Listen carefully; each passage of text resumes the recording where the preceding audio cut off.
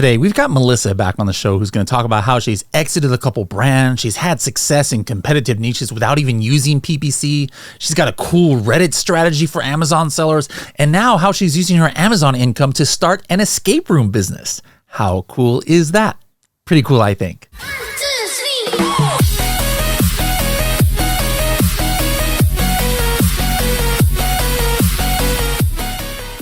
Are you browsing a Shopify, Walmart, Etsy, Alibaba, or Pinterest page and maybe you see a cool product that you want to get some more data on? Well, while you're on those pages, you can actually use the Helium 10 Chrome extension Demand Analyzer to get instant data about what's happening on Amazon for those keywords on these other websites. Or maybe you want to then follow up and get an actual supplier quote from a company on Alibaba.com in order to see if you can get this product produced. You can do that also with the Helium 10 Demand Analyzer. Both of these are part of the Helium 10 Chrome extension, which you can download for free at h10.me/extension. Hello everybody and welcome to another episode of the Serious Sellers Podcast by Helium 10. I am your host, Bradley Sutton, and this is the show that's a completely BS-free, unscripted, and unrehearsed organic conversation about serious strategies for serious sellers of any level in the e-commerce world. I just had somebody recently on the show. I forgot who it was, but I was like, man, it's been like forever since you've been on the show. It might be a record. Well, whatever it was for him or her, you have broken that record because I'm looking at my notes from Mel here. And the last time you were on the show was 2021. So almost 3 years in between. I've been trying to get you back, Melisa. You're just so hard to get a hold of. You're such a busy boss lady. Anyways, how's it been going? I know. I'm so sorry. It's been a while, but I'm excited to be back. And, thank you for your persistence and your patience with me. You know what they say, the fortune's in the follow-up. So there, you nailed that. But I've been awesome, keeping busy, not just Amazon, but kind of just dabbling in different worlds. And it's been fun. Yeah. Yeah, we're definitely going to talk about some of that stuff. I follow you vicariously a little bit through Instagram. It's kind of interesting to see some of the things that are going on your side. We're definitely going to dive into that. But if anybody wants to get more of Melisa's backstory, we're not going to completely rehash it here. Check out episodes 111 and also episode 302. All right, so episode 111, episode 302, you could learn a lot about her history. And actually, one of the, were you in the, I don't think you had exited at the time. In 2021, had you exited that? Was it a supplement brand or a beauty brand that you were doing back then? So I exited a beauty brand and then also the following year exited in a supplement category. So still currently selling in supplements, but I think when we last spoke, we did close out our exit. What kind of beauty products was it? So it's like natural and organic skincare. So things like castor oil. I know we've talked about it a couple times in previous episodes. Like vitamin C serum, skincare, moisturizers, serums. I'm all into that kind of stuff as I get older. Like I've been going, like I got it here on my desk, been going heavily into K beauty products. I got these products called B Wants. And it's funny because I always talk about collagen peptides on my podcast and stuff, right? This is like collagen lifting cream, collagen essence toner. The secret to looking like I do when I have a 23-year-old daughter. So there it is. Korean beauty products. That's the secret. Now that, beauty products and supplements are cliche as far as the most difficult things to break into. And then of course, maybe you had, somebody might say, oh yeah, she had a beauty brand. Maybe she started when it wasn't so competitive way back when. And that's how she was able to exit. But right after that, you said you went into supplements and were so successful that you even exited there. What's some of your secrets? Yeah, obviously everyone kind of thinks that supplements is this weird and uncharted territory. And it really is. It's a whole different ballgame in terms of how competitive it is, but from like, not just a black hat, perspective, because there are a lot of things that people will do to try to bring you down. And it's unfortunate, but sometimes it's just about having a very wide catalog and just having, a number of different products rather than just relying on one cash cow.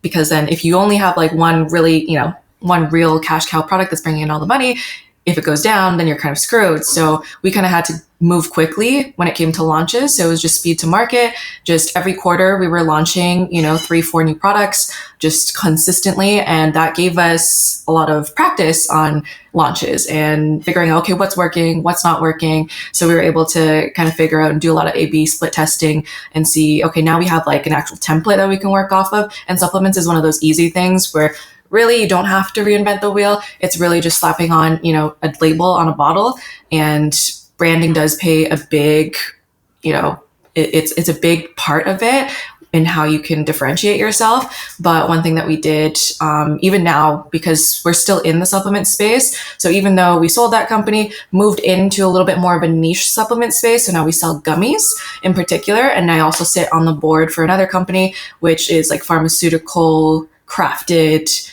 supplements. So a little bit more niche, where it's like multi ingredient formulations. So you can no longer just launch single ingredient products anymore and think you're going to rank for those super high volume keywords. Now we're relying. Hey, let me launch some vitamin C or some vitamin D and crush it. Yeah, no. Well, like you always use the example of collagen, right? There you go. No one should ever go into the collagen market these days. Even, 5 years ago, it was very, very hard to break into collagen. So rather than focusing on collagen, we focus on solutions. So things for hair growth, things for, hair, skin, nails is also another big keyword. Things like that. You want to go after more of those long tail keywords, but ones that target specific problems that people are having. So that's kind of what we've kind of shifted into. And then also doing things that, are kind of following a trend as well. So for example, there was that whole big craze. It still is a craze where people are taking semaglutides, which are like Ozempic, Mounjaro, things like that for weight loss. And obviously with that comes a lot of side effects. So we were able to create a custom formulation that targets and helps with a lot of those side effects. So that really helped us gain a lot of traction because no one else was doing it. So we were creating different solutions for these problems that kind of became more popular and more more searched.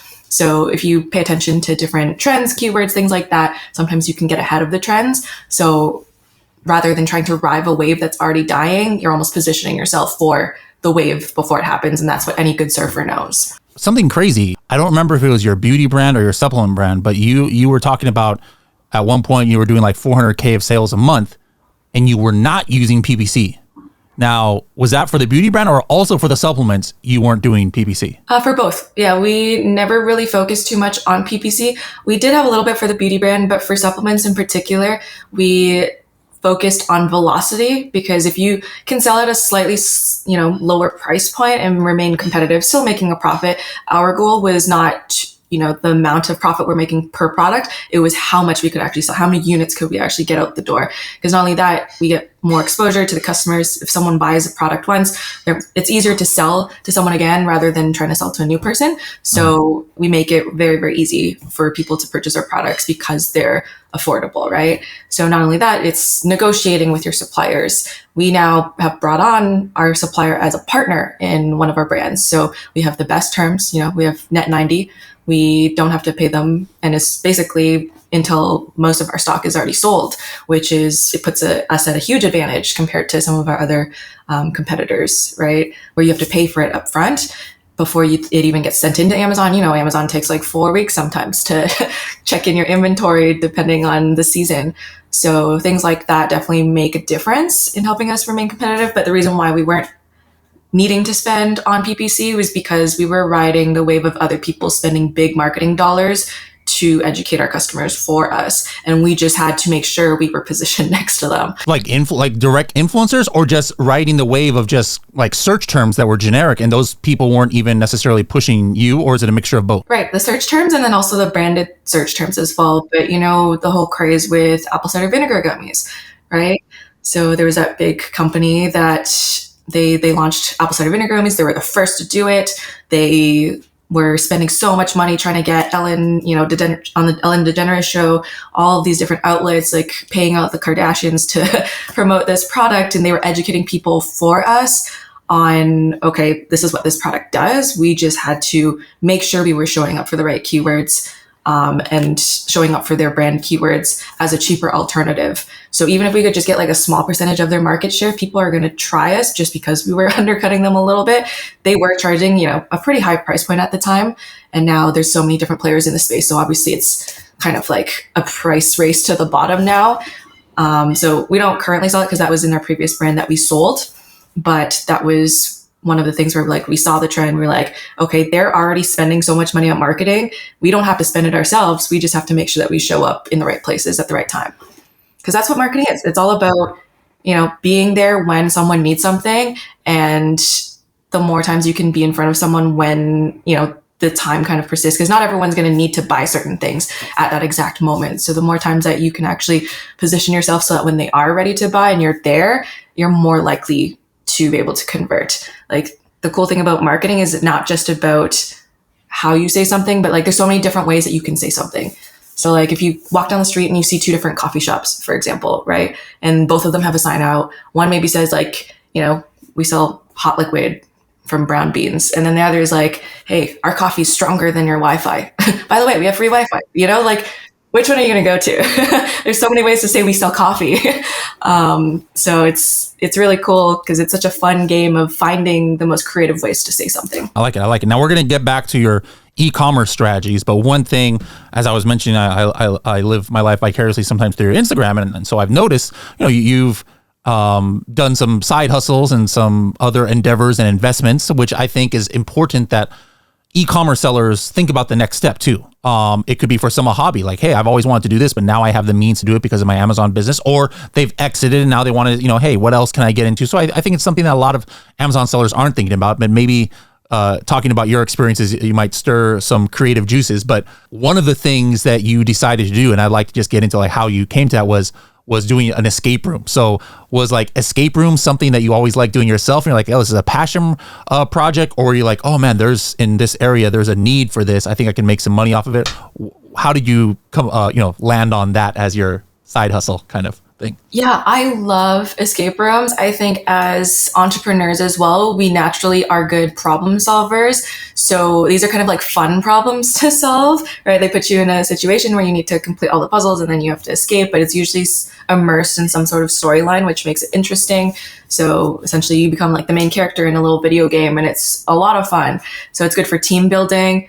We like doing it with family, friends, other entrepreneurs I've met on my travels. I'll be like, hey, like, I know we just met, but like, call me crazy. Let's do an escape room together. I know it's crazy locking, strangers in a room for an hour.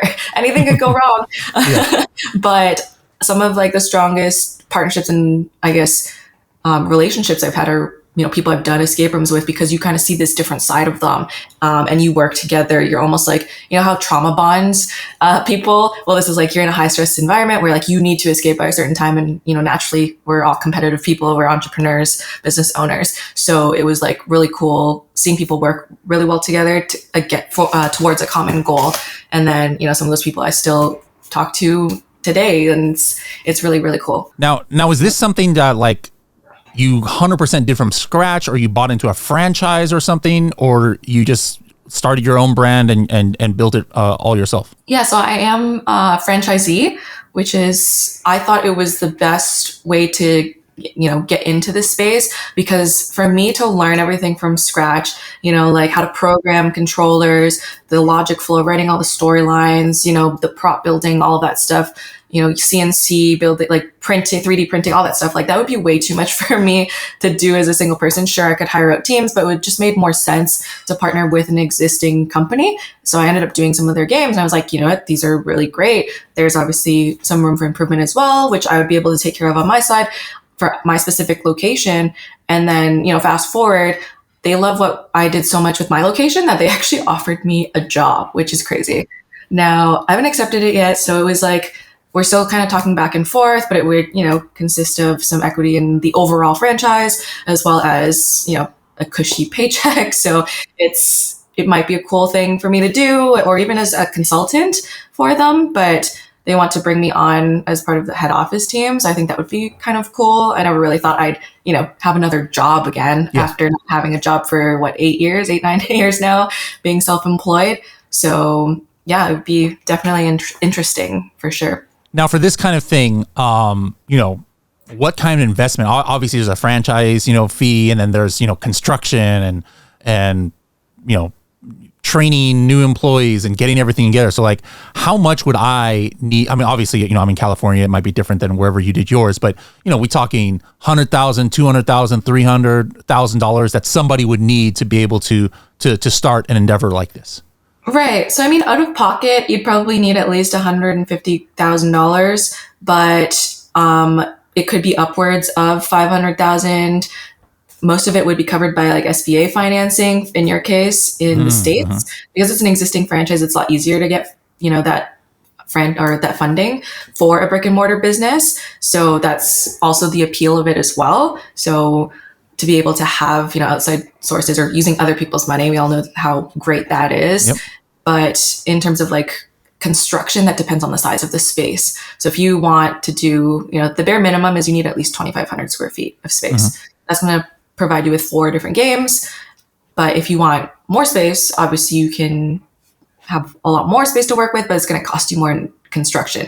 So depending on the space that you find, if there's already existing infrastructure, like it has drywall, it has drop ceilings, the HVAC is already installed, it has bathrooms, and you have very minimal to work with, your costs are going to be much lower than if you were to work with an empty shell building. So for me, I literally moved into a building that was like completely empty. It was gutted.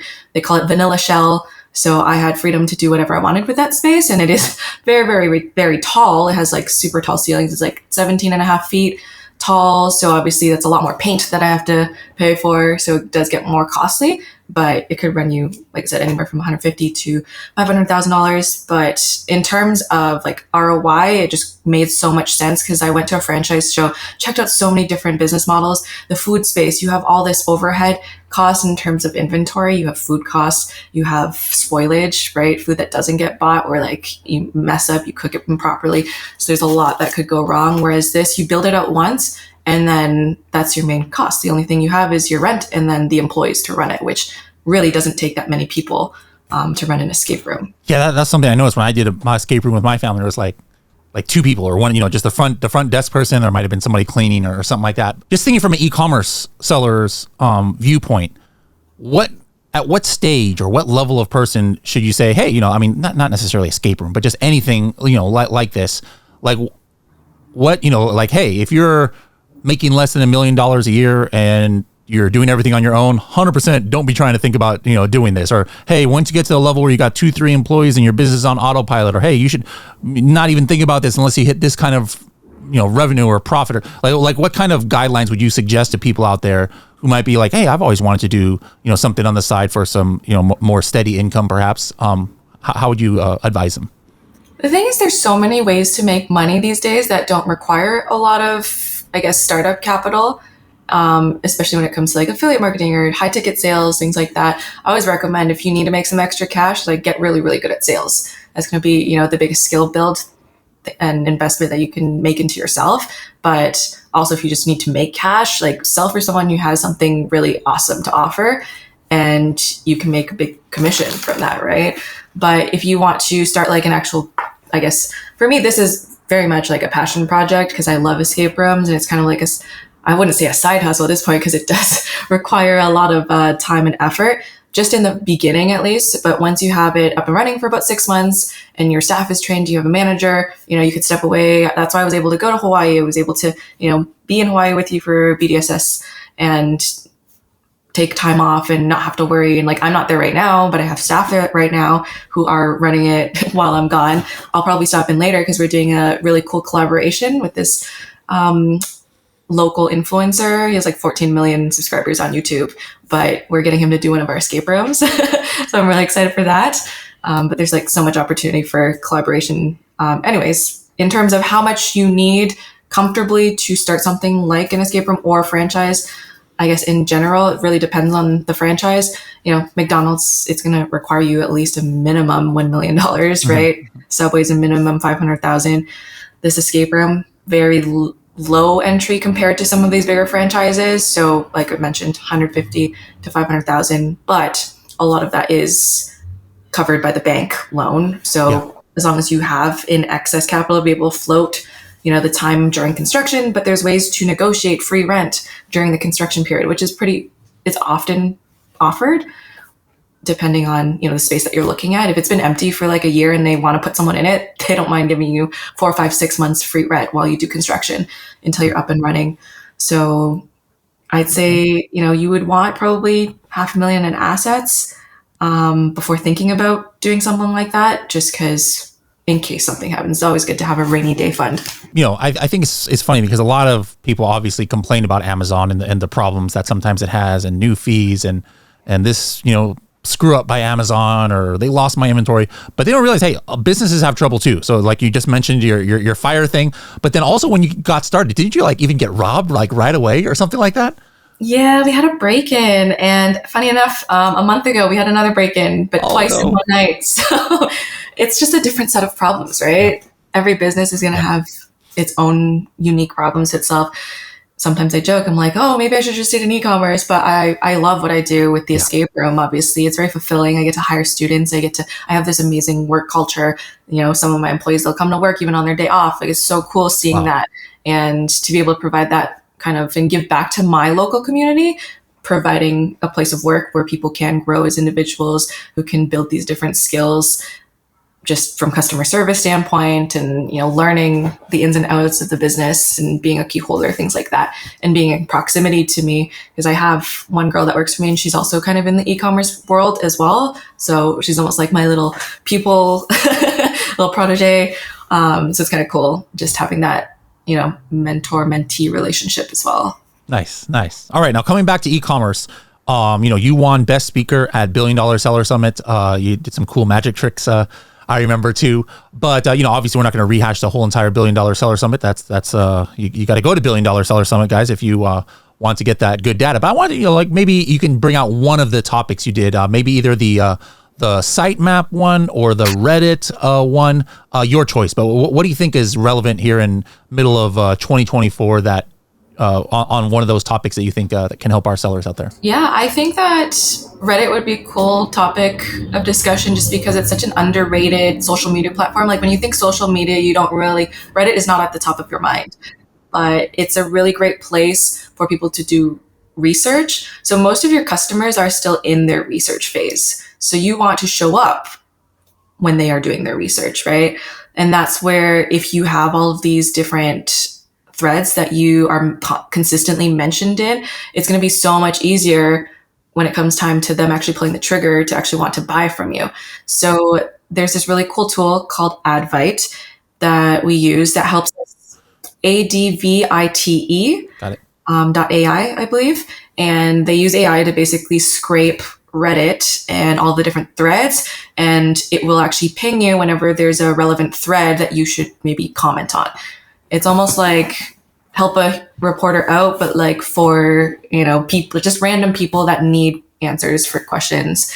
And it's usually very unique questions too. Like whenever I have a specific problem unique to myself, I always like type in like, okay, this is the problem I'm having, blah, blah, blah, and then I put Reddit at the end because I know someone in the world has had this problem before. Maybe someone has a solution. So it's really cool because these threads, they obviously live there as like a forever forum. And once you've, you know, recommended your own product or whatever it is, or your own solution on it, it stays there. So other people who might have that problem will end up coming back to that thread, and you can hit people, and it's very evergreen. It's like, it's there. It's almost like you posted it once and it's going to be there forever for people to come back to. So that's definitely something you should keep in mind when trying to warm up your potential customers. And if you use Advite, it's going to ping you all of those different threads. Just be on top of, you know, posting, you know, contributing, getting that good karma, those upvotes, things like that. And you can even get other people or hire VAs to comment on your behalf on different like ghost accounts. And as long as you can show up multiple times, people are gonna be like, oh yeah, like I remember that brand. I've seen it pop up a couple times. That's the brand I'm probably going to choose because, you know, so many people have recommended it. So now I see you active sometimes in the Helium 10 Elite Facebook group, you know, so obviously you're doing something on Amazon now, but you exited the other brand. Are you still working with that brand you exited, or you went and started another one, or what exactly are you doing in the Amazon world these days? No, so we've exited that brand and then started shortly after another supplement brand. Thankfully, we didn't have like a very strict non-compete, so we were able to get into that space, and then also dabbling in pet supplements as well. So another cool thing is that we're kind of looking into is customization of packaging, because nowadays, like you really do have to do things different. Amazon just announced that they're making it so much easier for Chinese sellers to be able to ship their products straight from China. So that's going to change the game a lot. And if you don't have a solid brand, or you're not connecting personally with your customers, then you are going to have a very rough time once that starts kicking in and all of the Chinese competitors are undercutting you. So things like the kitchen industry are going to get really disrupted, like things that don't really have a lot of branding like most people can't really brand a garlic press. People are just going to buy the cheapest one that they think is going to work for them. But in terms of like supplements, especially things for pets, like it's such a personal thing. Like people will spend as much money as they can for their pet. They have the budgets for it because it's like their second children, really. Especially for millennials, right, who can't afford children, but like pets are our new children. Yep. But in Hawaii, actually, Janelle Page, she mentioned something in her presentation about Jones Soda Company, how they would let people vote on different photos to put on the bottles. So we kind of want to implement something similar where we actually have our customers' dogs' photos on the bottles of our products. So that's something that we're kind of logistically exploring right now. And I think that everyone should be kind of forward thinking like that if you can, to personalize it. Or even if you can't, you can, do a lot more blanket. Like for this print run, we're going to feature one of your dogs. So get everyone to post selfies with their dogs with your product. And that's a good way to generate more content for your company. So doing things like that aren't as difficult to implement, especially if you don't do the manufacturing yourself. But with labels nowadays, like it becomes a lot easier to, as long as you can get them all printed on the same roll. We do have, I think, our manufacturer for labels, they allow you to have as many different variations of a label as you want, which I think is cool. So if you had even like 100 different dogs that we like have on this bottle, so it's not like a consistent one, but then at least when we do go to retail, people are going to see, oh, this is the same dog as my dog. Like I'm going to buy that just because my dog is on the product. All right. Yeah, I like that. I think I always wonder about, how when your listing goes down on Amazon, that there's a dog page that like I always wondered, it was like are those Amazon employees' dogs or something like that? But it's a similar vibe, I guess. Okay, that's pretty cool. Now, what's one thing new you're doing with this supplement brand that's working, and what's one thing that you're not doing that you did with the other ones because the Amazon world has changed? So like something that you had to kind of switch to and something that you had to switch off of. So I guess something new that we've done is, it has been pretty consistent across all of our brands, is just doing like variations of Supreme URLs. I know Super URLs and that kind of graduated, but we've been doing a lot of Google redirects. So making sure that we have a lot of external traffic coming into our pages. Because before we weren't doing any of that. It was just strictly, we were so Amazon focused. We were just like, let's rank for keywords on Amazon. Like, let's just make sure that we're good here. But now you can't just rely on Amazon anymore. You have to be well-rounded on different platforms. And we've been doing a lot more social media. It's obviously a lot more work, but once you have the systems in play, it kind of makes it easier when you have VAs pumping out that content for you. But yeah, we've been doing a lot more content. Like content is king. How they say attention is the new currency. Like that rings true and truer than ever.